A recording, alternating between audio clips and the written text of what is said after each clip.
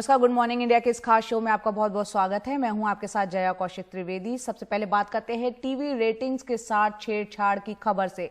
Mumbai police ने TRP racket का पर्दाफाश करने का एक दावा किया और खास बात यह है कि टीआरपी रैकेट में कुल 3 टीवी चैनलों के नाम आए हैं, जिसमें एक नाम रिपब्लिक टीवी का है।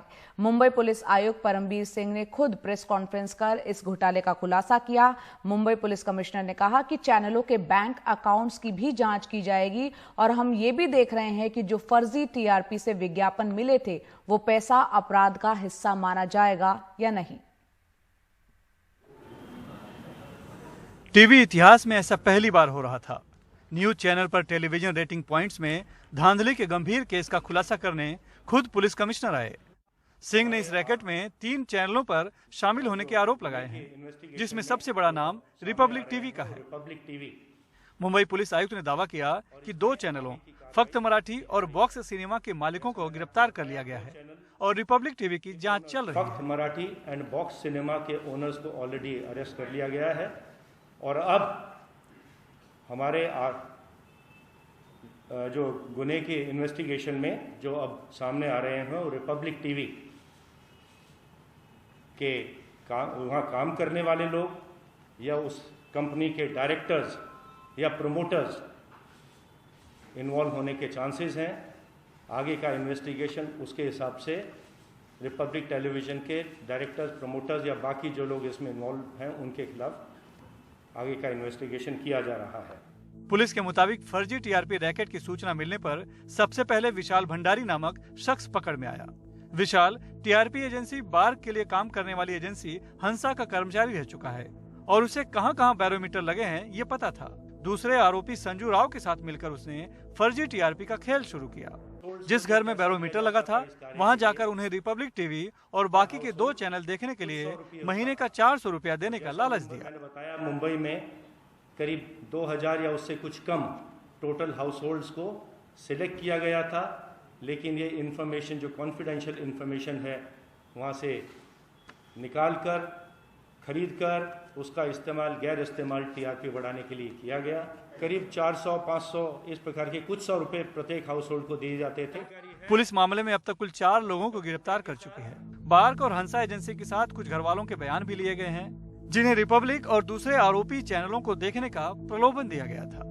इस बीच रिपब्लिक टीवी ने बयान जारी कर मुंबई पुलिस आयुक्त पर बदले की भावना से झूठा केस बनाने का आरोप लगाया है। पुलिस का दावा है कि वो रिपब्लिक चैनल के प्रमोटर और डायरेक्टर की भूमिका की जांच तो कर ही रहे हैं, साथ ही चैनल को मिले विज्ञापन की भी जांच हो रही है, क्योंकि टीआरपी के बल पर मिला विज्ञापन अपराध का हिस्सा होगा। पुलिस ने मामले में धोखाधड़ी, फर्जीवाड़ा और आपराधिक साजिश रचने का मामला भी दर्ज किया है। मुंबई से कैमरामैन राजेंद्र दयालकर के साथ सुनील सिंह, एनडीटीवी इंडिया के लिए। और अब बात करते हैं हाथरस मामले की। रोज नई नई चीजें इसमें सामने आ रही है। कॉल रिकॉर्ड के बाद अब आरोपी का जेल से लिखा एक पत्र भी सामने आया है, जिसमें उसने खुद को निर्दोष बताते हुए पीड़ित परिवार पर ही पीड़ित की हत्या का आरोप लगा दिया है। पीड़िता के पिता ने इन आरोपों से इनकार किया है। उन्होंने एनडीटीवी से बातचीत में कहा कि मैंने अपनी बेटी को खो दिया है, अब वो हम पर कीचड़ उछाल रहे हैं, लेकिन हम डरते नहीं हैं। आइए देखते हैं हमारे सहयोगी हाथरस से सौरभ शुक्ला की ये रिपोर्ट। यूपी में कुछ भी हो सकता है। बेहद सुरक्षित माने जाने वाली जेल से हाथरस गैंगरेप का आरोपी इंसाफ दिलाने को लेकर हाथरस एसपी को पत्र लिखता है और वो पत्र एसपी साहब तक पहुंचने से पहले मीडिया और सोशल मीडिया पर वायरल हो जाता है। इस पत्र में आरोपी ने लिखा है कि पीड़िता और उसकी दोस्ती थी। घटना के रोज उसकी और पीड़िता की खेत में मुलाकात हुई, लेकिन पीड़िता के परिवार को उनकी दोस्ती पसंद नहीं आई और पीड़िता के परिवार ने ही उसे मारा है। ऐसा इन्होंने एक प्रार्थना पत्र कल दिया था शाम को वो पुलिस अधीक्षक हाथरस के लिए, और नियमानुसार हमने उसको पुलिस अधीक्षक हाथरस के लिए अग्रसारित कर दिया। सर, आरोपी लंबे समय से कुछ आपकी वार्तालाप हुई, कुछ उन्होंने बोला आपसे? अभी तक ये जांच का विषय है, इसमें मेरे टिप्पणी करना उचित नहीं होगा। पत्र क्या कहते हैं, उन्होंने अपना पक्ष रखा है, अभी जांच एजेंसियां देखेंगी उसको कि कोई बात तो रखी होगी कि हम निर्दोष हैं या कसूरवार हैं। कुछ हमारा देखिए, हमारा दायित्व ये है कि कोई बंदी हमको कोई प्रार्थना पत्र या कोई एप्लीकेशन देता है किसी संस्था के लिए, तो हम उसको अग्रसारित कर देते हैं। आरोपी के लिखे गए पत्र का जवाब देते हुए पीड़ित परिवार ने कहा है कि उन्होंने अपनी बेटी भी खोई और अब ये झूठे आरोप भी झेलने पड़ रहे हैं। न उन्हें मुआवजा चाहिए और न पैसे, उन्हें बस इंसाफ चाहिए। सर, ये चिट्ठी पर आरोप लगा है कि आप लोगों ने ही अपनी बेटी को पीटा, इससे मौत हो गई। ये आरोप लगाया गया है। तो कहाँ है? पहले तो जा बात है, बताओ। अपनी बेटी है, कोई मार सकता है? उनकी बेटी है वो मारे। उनकी बेटी अगर ऐसा कर सकते हैं तो हमारे सामने करके दिखाएं इस चीज को। ये आरोप लगा रहे हैं, ये उनकी ऊपर है। ये आरोप आपको बदनाम लगा करने के लिए लगा हाँ, क्या? बदनाम करने के लिए। चौका हमारी तो बेटी भी मार दी और ये आरोप और लगा रहे हैं हमारे ऊपर। न हमें कुछ नहीं चाहिए, हमें भीख मांग के, आप लोगों ने भीख मांग के हम अपना गुजारा कर लेंगे, पर बेटी को इंसाफ चाहिए। जाहिर सी बात है कि पुलिस के लीक किए बिना जेल की सुरक्षित दीवारों से निकलकर चिट्ठी मीडिया, सोशल मीडिया तक तो पहुंचेगी नहीं। तो फिलहाल जाहिर सी बात है नैरेटिव बदलने की कोशिश पुलिस कर रही है और हो सकता है कि इस चिट्ठी में कुछ सच्चाई भी हो, लेकिन अभी एसआईटी जांच कर रही है। 16 अक्टूबर तक का उसके पास वक्त है। मामला हाई कोर्ट से सुप्रीम कोर्ट में है। ऐसे में कहीं ना कहीं तमाम चीजें प्लान कर पुलिस भी इस पूरे मामले को एक नया मोड़ देने में लगी हुई है। हाथरस में सहयोगी प्रेम सिंह के साथ सौरभ शुक्ला, NDTV इंडिया। और बात करते हैं विदेशों में फंसे भारतीय की। लीबिया में 7 भारतीय नागरिकों को अगवा कर लिया गया है। ये भारतीय आंध्र प्रदेश, बिहार, गुजरात और उत्तर प्रदेश के रहने वाले हैं। अगवा हुए सभी भारतीय नागरिक कंस्ट्रक्शन और ऑयल कंपनी में काम करते थे। 14 सितंबर को इन्हें तब अगवा किया गया जब ये त्रिपोली एयरपोर्ट की ओर जा रहे थे। आपको बता दें, सरकार को खबर मिली है कि सभी भारतीय नागरिक सुरक्षित हैं। विदेश मंत्रालय के प्रवक्ता ने कहा है कि सरकार सभी लोगों के परिवार के संपर्क में है और उन्हें रिहा करवाने की पूरी कोशिश की जा रही है। 7 भारतीय नागरिक आंध्र प्रदेश, बिहार, गुजरात और उत्तर प्रदेश से लीबिया में अशरीफ नाम की जगह में 14 सितंबर को किडनैप हो गए हैं और ये नागरिक कंस्ट्रक्शन और ऑयल कंपनी में काम कर रहे थे और जब ट्रिपोली एयरपोर्ट की तरफ जा रहे थे भारत के लिए फ़्लाइट पकड़ने, तब उनको किडनैप कर लिया गया। हम लोग को खबर मिली है कि ये सुरक्षित हैं। इनकी फ़ोटो दिखाई गई है। लिबियन गवर्नमेंट और उनका एम्प्लॉयर, उन सब से हम संपर्क में हैं कि उनकी रिहाई जल्दी से जल्दी हो सके।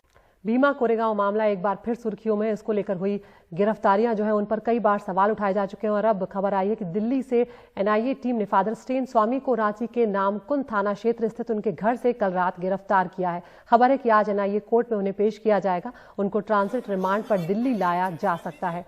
जानकारी के मुताबिक 1 जनवरी 2018 को पुणे के भीमा कोरेगांव में एक पार्टी के दौरान अनुसूचित जाति, जनजाति और मराठा समुदाय के बीच हुई हिंसा मामले में फादर स्टेन स्वामी को गिरफ्तार किया है। वो मूल रूप से केरल के रहने वाले सामाजिक कार्यकर्ता हैं। 5 दशक से झारखंड के आदिवासी इलाकों में वो काम कर रहे हैं।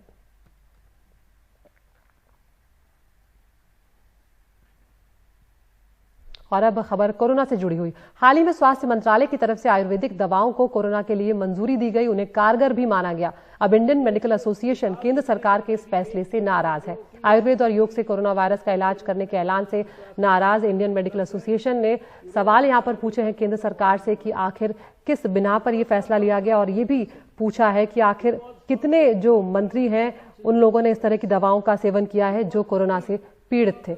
हम रुक करते हैं हमारे सहयोगी शरद शर्मा का। शरद, यहाँ पर आईएमए जो है कई सवाल उठा रहा है केंद्र सरकार से, डॉक्टर हर्षवर्धन से, और हम यहाँ पर ये भी जानते हैं कि किस तरह से आयुर्वेदिक दवाओं को लेकर इसके पहले भी कई बार सवाल खड़े हो चुके हैं। तो अब जब आईएमए ये सवाल उठा रहा है तो क्या वो सवाल है और सरकार का क्या अब तक कोई रुख सामने आया है?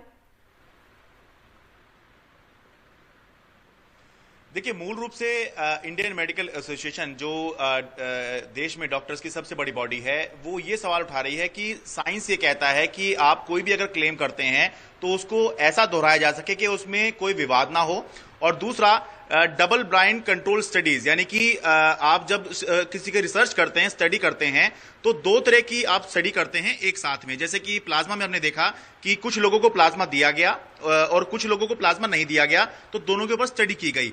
तो सवाल वो उठा रहे हैं कि क्या सबूत ऐसे मौजूद हैं जिसके आधार पर आपने आयुर्वेद के जरिए कोरोना के उपचार की मंजूरी दी है। अगर वो सबूत हैं तो वो किस तरह के सबूत हैं, वो मजबूत हैं, वो कमजोर सबूत हैं, या वो मॉडरेट लेवल के सबूत हैं, और उनको जनता के बीच में रखा जाए ताकि पब्लिक स्क्रूटनी उनकी हो सके। तो कहने को हम ये जरूर कह सकते हैं कि हमेशा से ही एलोपैथी है और जो आयुर्वेद है, इनके बीच में खींचतान रहती है। ये उपचार की दो अलग अलग पद्धति हैं। आयुर्वेद प्राचीन समय से आ रही है और एलोपैथ मॉडर्न जमाने की है, तो इनमें खींचतान रहती है।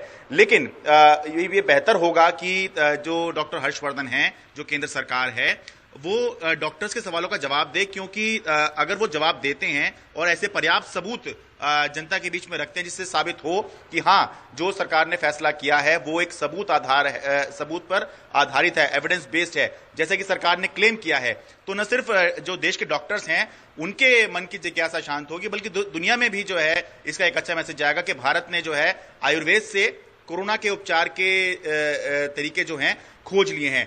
रही बात सरकार की या डॉक्टर हर्षवर्धन की, सरकार या डॉक्टर हर्षवर्धन की तरफ से अभी तक इस बारे में कोई जवाब नहीं आया है। बहुत शुक्रिया शरद इस तमाम जानकारी के लिए। तो देखते हैं अभी ये जो आईएमए और सरकार फिलहाल आमने सामने नजर आ रहे हैं, क्या सरकार इस पर जवाब देती है या फिर अपने फैसले में कोई परिवर्तन करती है, ये देखना होगा। और गुड मॉर्निंग इंडिया में अब वक्त हो गया है टॉप 5 का। एनडीटीवी इंडिया आप यूट्यूब पर भी देख सकते हैं और 5 खबरें हम आपको दिखाते हैं, उनमें से आप चुन सकते हैं। तो सबसे पहली खबर आज है, टीवी रेटिंग के फंदे में फंसे हैं कई चैनल, उन पर कार्रवाई कर रही है मुंबई पुलिस और देखना है आगे क्या कुछ होगा। दूसरी खबर आई, कोरोना से जुड़ी हुई, स्वास्थ्य मंत्रालय ने आयुर्वेदिक दवाइयों को मंजूरी दी, लेकिन इस पर आईएमए जो है वो नाराज हो गया है और जवाब मांगा है सरकार से। तीसरी खबर है, अलगात परिषद का जो केस था उसमें फादर स्टेन स्वामी जो है उन्हें गिरफ्तार किया गया है और उन्हें एनआईए में पेश किया जा सकता है। चौथी खबर है ईएमआई से जुड़ी हुई कि क्या आज कम हो सकती है ईएमआई, आज फैसला हो सकता है, आरबीआई का बड़ा ऐलान आज संभव है। और पांचवी खबर लीबिया से आ रही है, जहां पर 7 भारतीय लोगों को अगवा किया गया है। फिलहाल ये खबर है कि ये सभी सुरक्षित हैं। तो आप चुन सकते हैं अपनी पसंद की खबर और इस पोल में हिस्सा ले सकते हैं। हम आपको दिखाएंगे उस खबर से जुड़े हुए हर पहलू को सिर्फ एनडीटीवी इंडिया पर। तो आज के लिए इतना ही, नमस्कार।